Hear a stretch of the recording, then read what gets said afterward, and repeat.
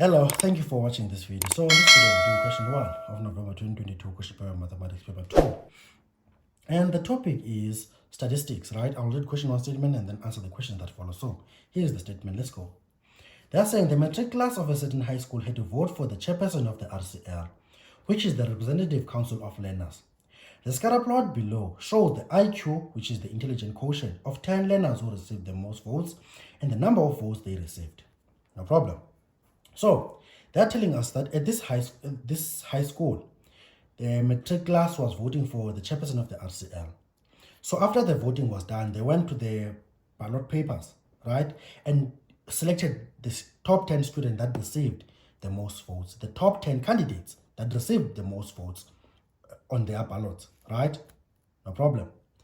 Then what they did, they saw, okay, this student, one student got about 8 or 9 votes, which is this one, this first dot here. Got about 8 or 9 votes, no problem. Then they know, or maybe they have a database of their intelligent quotients at the school, I would think. So they plotted the number of votes they received against the intelligent quotient, or maybe the intelligent quotient against the votes they received. For example, the second student have an intelligent quotient of 100, because this is 100 here, and the number of votes they received is about 21, right? No problem. Then the third one, you can see here's the third one here. They have the intelligent quotient of 101, and the number of votes they received is about 16. So that's how this thing goes on. So they plotted the number of votes that you received against your IQ, which I would think they have it maybe on their database at your school, or at their school in this case. Fine, let's continue with the statement. They're saying before the election, the popularity of each of these 10 students was established, and the popularity score out of 100 was assigned to each, right? The popularity scores and the number of votes of the same 10 students who received the most votes is shown in the table below. Fine, what are they saying? They're saying before the election was held, right, by this matric class, popularity of the candidates, right, was investigated. I would say the popularity of all of those candidates that were on the ballots in which the matric was chosen from. They investigate to see which ones were popular. Fine. And then now they measured that the popularity of this student on a scale out of 100. And they gave the popularity, they assigned the popularity, they gave popularity scores to all of the candidates that were on the ballot, right? No problem. And then now, once the voting was done, they said, okay, they looked at each one of they looked at the top 10 learners that received the most votes and see how popular were they, like to see if maybe their popularity if there will be any relationship between popularity and the number of votes that you get. For example, this one here, the first one here that we see here, is one of the least popular learners here. They received 9 votes here, this one. And their IQ was what? Was 99. Their popularity score was 32. Can you see? Their popularity score was 32, as you can see here. The other one, who got 22 votes, I don't know which one is it. But what they did was say, okay, since we plotted here the IQ and the number of votes, let's now check, also investigate the number of votes and the popularity to see if maybe the popularity does influence the number of votes that you get. That's what they did. So it's more like this table here is showing us how popular was each, or how popular is each of these students that received the most votes on that score. Fine, let's move on. So you can see this one have the popularity score of 32, right? And they received 9 votes. This one have popularity score of 89. They received 22 votes. This one have popularity score of 35, 10 votes. Popularity score of 82 votes, of 82, 21 votes, and so on. So it's more like they did the same thing here. So they want to check if the IQ influenced the number of votes and to check if the popularity influenced the number of votes. That's what they did. They did with the IQ on the scatter plot and did it with the popularity score on this table that you can see here. Fine, let's go. So now let's go to 1.1. At 1.1.1, they're saying calculate the mean number of votes that these 10 learners received. So they want you to calculate the average number of votes received by each of these 10 students here. Right? So they want to know the mean number of votes that these 10 learners receive. So they want the average number of votes, because you can see you have many variables here. Because you can see you have the number of votes, you have the IQ, you have the popularity score. So you must be careful about the average that they are looking for. They want the average specifically for what? For the number of votes. They want the mean for the number of votes, which means they want the average of these number of votes here. Right? No problem. We can use our calculator to do this, right? We can use our calculator straight away. Fine. How do we go about this? We can put it here, or maybe let me put the paper here, right? And put my calculator down here. So first switch on your calculator, then you press mode if you have one like mine, and select option number 2, which is statistics. Then take option number 1, which is variance, because the means and standard deviations are part of variance. Select number 1. Fine. Then now you enter all of the entries that are on this row, all of the entries that are on the number of votes row here, because you want the average for the number of votes. So the first one is 9, is 9. The second one is 22, is 22. The third one is 10, is 10. Then 21, 21. After 21 is 11, 11. After 11 is 15, save 15. Then 20, then 12, then 19, then 16. So these are the number of votes. We've entered all of them, but let's double check. The first one is 9, 22, 10, 21, 11, 15, 20, 12, 19, 16. So you've entered all of them. So if you want the average now, what do? Say shift 1 statistics, then 4 variance, right? And then choose your average, which is number 2. So it's 15.5. So your average, the average vote is 15.5. So let's write that down. This is 1.1.1. This is 1.1.1. Want the average. We just found that the average is 15.50. So it's 15.50. So this is the average number of votes per candidate. Of course, of the top 10, not everyone. Fine. So now let's go to 1.1.2. They are saying calculate the standard deviation of the number of votes these learners received. So they want us to calculate the standard deviation of the number of votes these learners received. So similar way, if you want the standard deviation, say shift and say U1, go to your variance option number 4, take your third option, that is your standard deviation. So it's 4.59. So at 1.1.2, your standard deviation is equal to what? It's 4.59. So it's 4.59. Done. Okay, so now we are going to 1.2. What are they saying at 1.2? At 1.2, they are saying now, let me push it up a bit.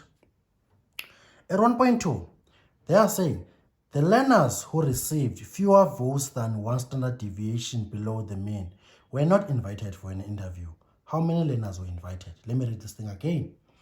They are saying the learners who received fewer votes than 1 standard deviation below the mean were not invited to an interview. How many learners were invited? So this is how to look at this thing.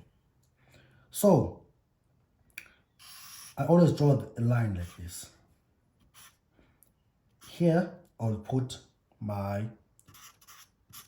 mean, right? And here, to get here, I add my standard deviation. So I'll get my mean plus standard deviation, because if you, on this mean, you add the standard deviation, you'll get there. And from here to here, you minus the standard deviation. So it's your mean minus your standard deviation, right? Fine. So let's calculate these values. So you know the mean. Your mean is 15.5, right? Fine. Your standard deviation. Standard deviation, how do you get no? So your mean is this. So to get this value here, so your mean, which is your mean plus standard deviation, what do you get? Say 15.5 plus 4.59. What do you get? Get 20.09. So here you have 20.09. And to get here, you subtract the 2. So you say 15.5 minus 4.59. And you get 10.91. That's what you get. 10.91. So you have this lowest value and you have the upper value. So this point here is exactly one standard deviation away from the mean. Actually, is exactly one standard deviation below the mean. Right? And this one here is exactly one standard deviation, because you move from here to there, you moved one standard deviation. This one is exactly one standard deviation above the mean, because from here to there, you moved one standard deviation up. And from here to here, you move one standard deviation down. So this point here is exactly one standard deviation below the mean. So all the values that are here are less than one standard deviation below the mean. And the values that are here are less than one standard deviation above the mean, because you can see one standard deviation is complete here, it's full here. So any distance that is here will be less than the standard deviation, which is what you have added to get there, right? No problem. So what they're telling you, that they say the student who receive fewer votes than one, they're saying learners who receive fewer votes than one standard deviation below the mean were not invited. So they're saying now, the students who received fewer votes than one standard deviation below the mean were not invited, right? So what they're saying essentially, all the students that are below this one standard deviation below the mean were not invited, right? Because they're saying the learners who receive fewer votes than one standard deviation below the mean were not invited for an interview. Right? So, all the votes that are here on this area, they are less than one standard deviation below the mean. Right? All the votes that are here, because they are within a standard deviation. Because look, from here to here is exactly one standard deviation. So all the votes that are here are less than a standard deviation from the mean, because they are smaller than the standard deviation from the mean, which is all of this thing. If you look at this dot is closer to the mean than that point over there, which is this. So all the values that are here, all the votes that are here are less than one standard deviation below the mean. Fine. Then now, they're saying now, they're telling you that the learners who receive fewer votes than those that are here were not invited. Which means everything else from this value, 10.91 going that side, everyone who got less than these number of votes were not invited. Because this point is exactly at one standard deviation. So these people also, whoever that might receive this vote here, will also be getting fewer votes than those that are sitting on this interval. Right? So what do? We'll look for all the students that received less than 10.9 votes, because those number of votes are less than those that are here. Because look, because if you move away, the numbers are getting smaller and smaller. So these values that are here are bigger than these. So these guys are sitting at less than one standard deviation below the mean, this interval between these two, excluding this endpoint here, excluding the endpoints, both of them. So they are less than one standard deviation. Anything outside this will be smaller than what is inside of this interval. So we should look for all the values that are what? That are less than 10.91. How many values that are less than 10.91? On our value, we have 1, which is 9, 2, right? 21 is fine, this is fine, this is fine, this is fine, this is fine, this is fine. So only two students, only two learners, right? They say learners or what? This, yeah, only two learners were not invited. Only two learners were not invited. Right? So they were asking how many learners how many learners actually? Whoa.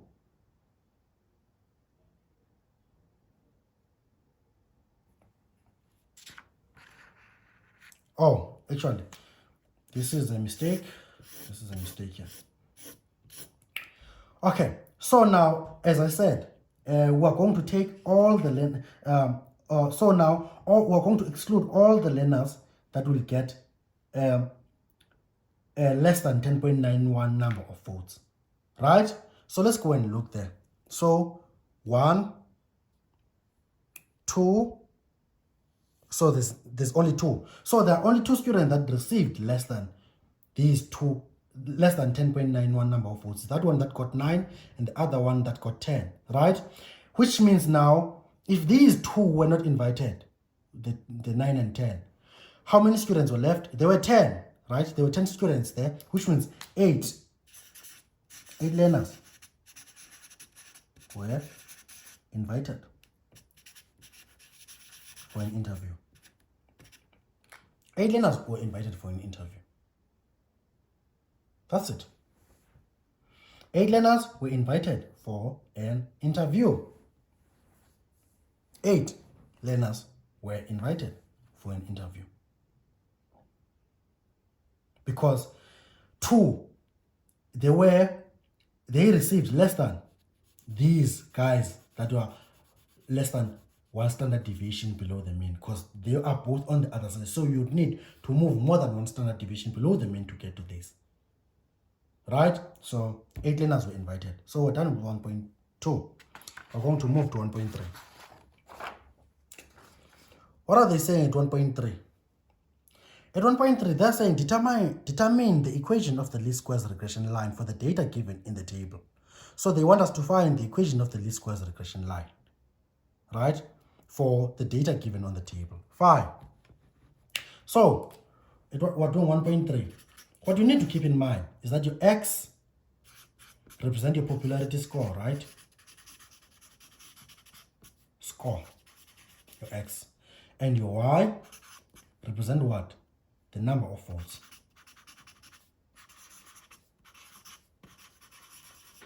Number of votes received by a student, right? Fine. So they want us to find the equation for the least squares regression line, right, for this data that they've given us.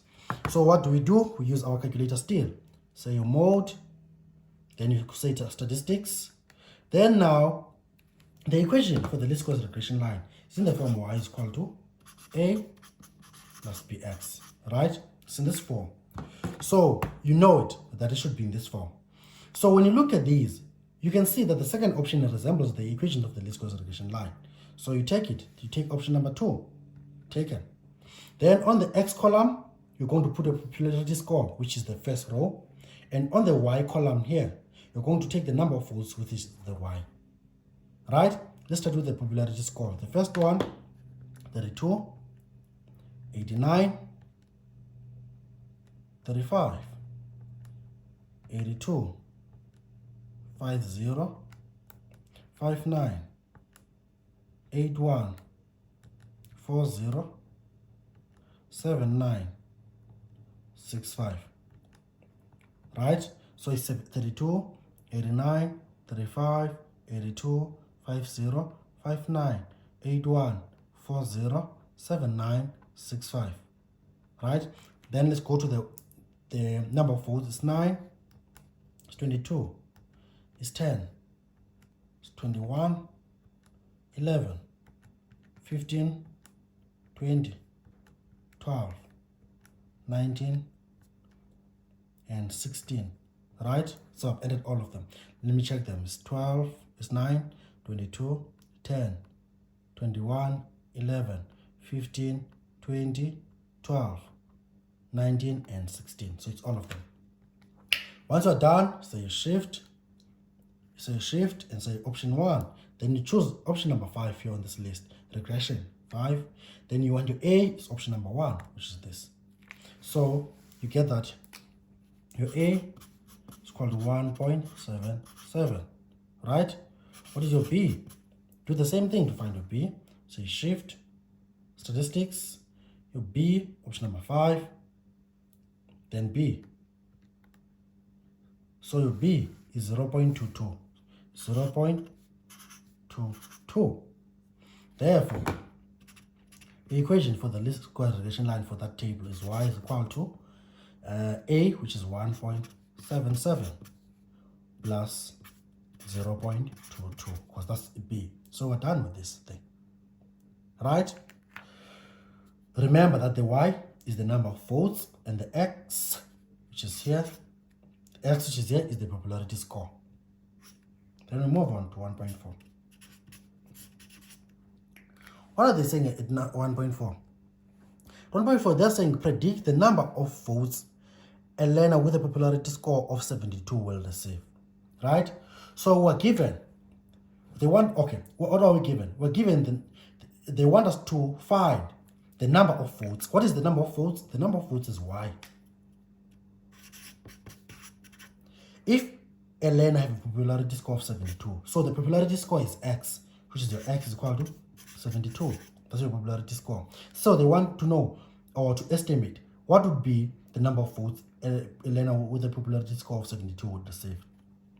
So what do you do? So your y is equal to 1.77 plus 0.22 to 72. Therefore, your y is equal to, punch that in the calculator and see what you get.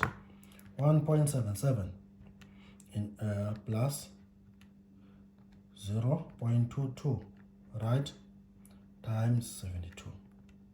So you get that a learner with a popularity of 72 would get about 17.61 votes.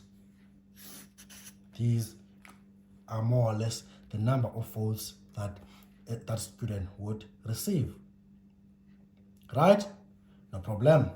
Then we move to 1.5. I'll clean the board. Oh, actually, I'll change the sheet. Okay, so what are they saying at 1.5? They're saying, using the scatter plot and the table above, provide the reason why, right? So they want us to use the scatter plot here and that graph that we have there, and try to reason or give some explanations of these statements that they're going to give us. What are they saying at 1.5.1? At 1.5.1, they're saying IQ is not a good indicator for the number of votes a learner could receive, right? So they're saying, if you're looking at this scatter plot here, explain why the IQ is not a good indicator of the number of votes that a learner could, they say, using this scatter plot that you can see here, explain why IQ is not a of the IQ and the number of votes. You can clearly see that there is no, like, if you were to draw a line of best fit or a regression line, it would be nearly horizontal. What does that mean? It means that there's no relationship between these two things. Like, there's no correlation between there's very weak correlation between the intelligence quotient and the number of votes. Right? That's what I would say, because you can see if you were to draw like a trend line here, it would be nearly horizontal, man. This is how more or less it would look like. This would be a best line, a horizontal line would better suit this graph. So there's no correlation, because you would want it to increase and maybe see some decreasing trend, but this one is nearly horizontal. So there's no correlation between the IQ and the number of votes. So let me write this. Maybe there is, right, a very weak correlation between the IQ and the number of votes.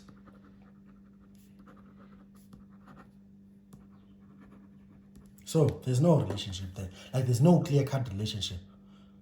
So I don't know. I don't know. You can't really say. Fine. Now we move to 1.5.2. So there's no correlation there. 1.5.2. What are they saying? They're saying the prediction in 1.4 is reliable. So they're saying this prediction which comes out of this table, they're saying is reliable. So let's go and find, because we had entered all of this data that is here, right? So let's go and find the correlation coefficient of this data, which is I still have on this laptop. So you shift 1, then regression number 5, R is our correlation coefficient. It's 0.98, right? So your correlation coefficient R is 0.98, right? So you know that your correlation is from 1 to -1. Then there's 0 here. This, if your correlation is -1, so you have a perfect negative correlation. If you say at 1, you have a what? You have a perfect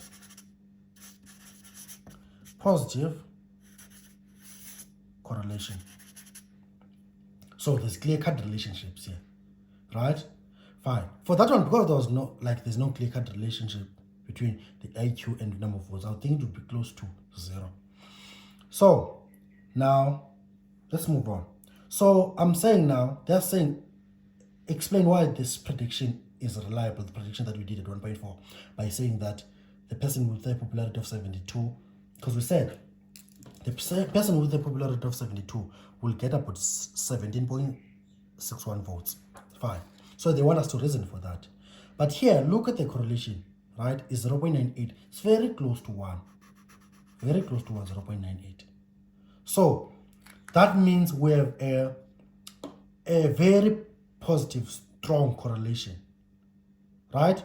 So you can say, okay, there is a very strong, because it's close to 1, very strong, because it's here, 0.98, very strong positive correlation between what? Between popularity score,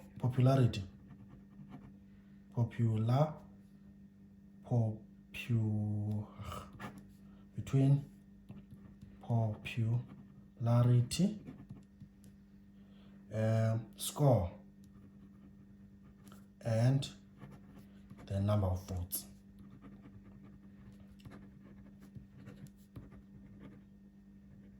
Yeah, so which means we have a strong positive correlation here. So if we have a strong positive correlation on this, then our estimates using this data will be more or less strong as well, close to being reliable or reliable. So your question 1 ends there. So we're done with this one.